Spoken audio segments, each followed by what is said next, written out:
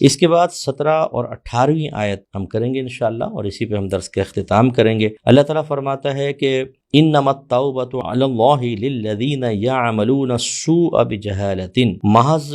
رجوع فرمانا اللہ تبارک و تعالیٰ پر ان لوگوں کے لیے ہے جنہوں نے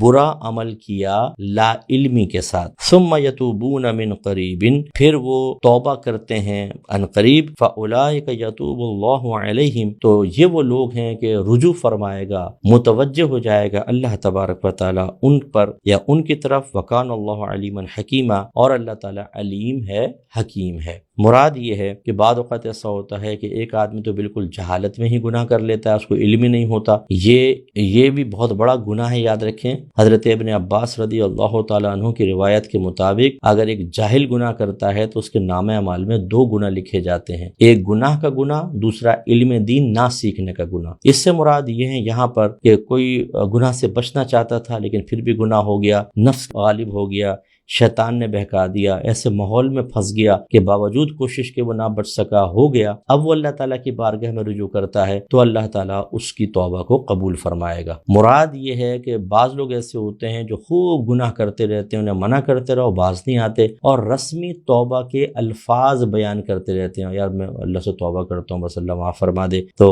یوں نہیں ہوتا توبہ کا مطلب یہ ہوتا ہے کہ انسان سے گناہ ہو جائے، وہ سب سے پہلے اس پہ نادم ہو، شرمندہ ہو، اس کے بعد اس گناہ کو آئندہ نہ کرنے کا پختہ ارادہ کرے، اور یہ ارادہ صرف اللہ کے خوف کی وجہ سے ہو، اور پھر اس گناہ کو کبھی بھی نہ کرے، یہ بہت ضروری ہے۔ تو اسی لیے ارشاد فرمایا وَلَيْسَتِ التَّوْبَةُ لِلَّذِينَ يَعْمَلُونَ السَّيِّئَاتِ، اور ان کے لیے توبہ نہیں ہے جنہوں نے برے اعمال کیے، حتیٰ یہاں تک کہ اذا حضر احدہم الموت، جب ان میں سے کسی ایک کے پاس موت آ گئی، قال انی تبت الآن، پھر وہ کہے کہ بے شک اب میں توبہ کرنے والا ہوں۔ موت آ جانے کا مطلب کیا ہے؟ جب موت کی غشی تارے ہونے لگتی ہے نا، اور آدمی کو امور غیبیہ نظر آنے لگ جائیں، اس وقت فرض کر لو کہ تھوڑا سا ہوش اس کا ہو قائم، اور وہ اس وقت توبہ کرے، یہ توبہ قبول نہیں ہوگی۔ یعنی موت کے غرغرے سے پہلے توبہ ہو سکتی ہے، جب آثار موت انسان دیکھ لیتا ہے اس کے بعد توبہ قبول نہیں ہوگی۔ ایک تو اس کی نہیں توبہ قبول ہوگی، اور دوسرا فرمایا وَلَلَّذِينَ يَمُوتُونَ وَهُمْ كُفَّارٌ، اور نہ ان لوگوں کی توبہ قبول ہوگی جو حالت کفر میں مر گئے، اولئک اعتدنا لهم عذابا الیما، یہ وہ لوگ ہیں کہ ہم نے تیار کیا ہے ان کے لیے درد دینے والا عذاب۔ تو اس لیے اچھی طرح یاد رکھیں، ہم بعض اوقات توبہ میں ٹال مٹول کرتے رہتے ہیں، خصوصاً اس وقت جب ہمیں بہت زیادہ دنیا حاصل ہو رہی ہو کسی گناہ کی وجہ سے، یا لذات حاصل ہو رہی ہوں، یا عزت یا شہرت حاصل ہو رہی ہو۔ مثال کے طور پہ ہم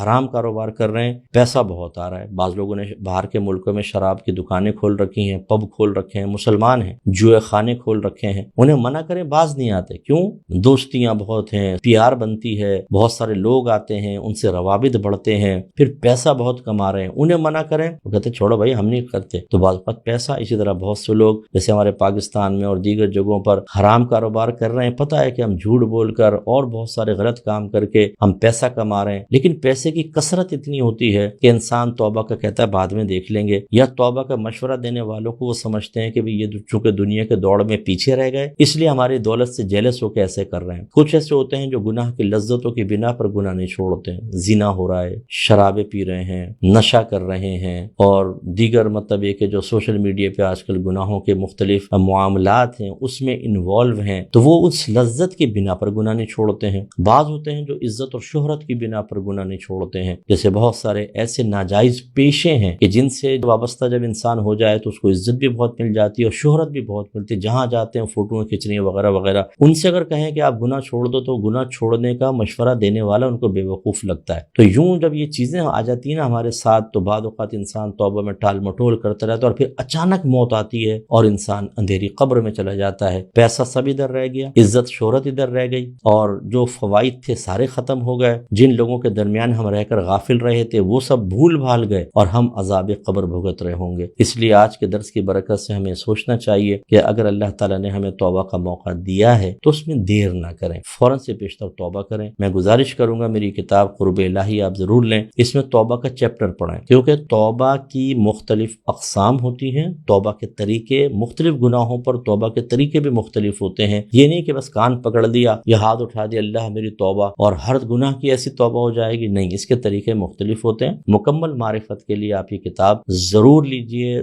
ضرور لیجئے، ضرور لیجئے۔ یہ اس دور کی ایک بہت اچھی کتاب ہے، اس لیے نہیں کہ میں نے لکھی ہے بلکہ اس لیے کہ اس میں قرآن و حدیث کا نچوڑ ہے۔ آپ کی بھی علم اضافہ ہوگا، اصلاح ہوگی، آپ کی بھی تربیت ہوگی، آپ اپنے بچوں کی اور دیگر مسلمانوں کی تربیت کر سکتے ہیں۔ اللہ تعالیٰ عمل کی توفیق عطا فرمائے۔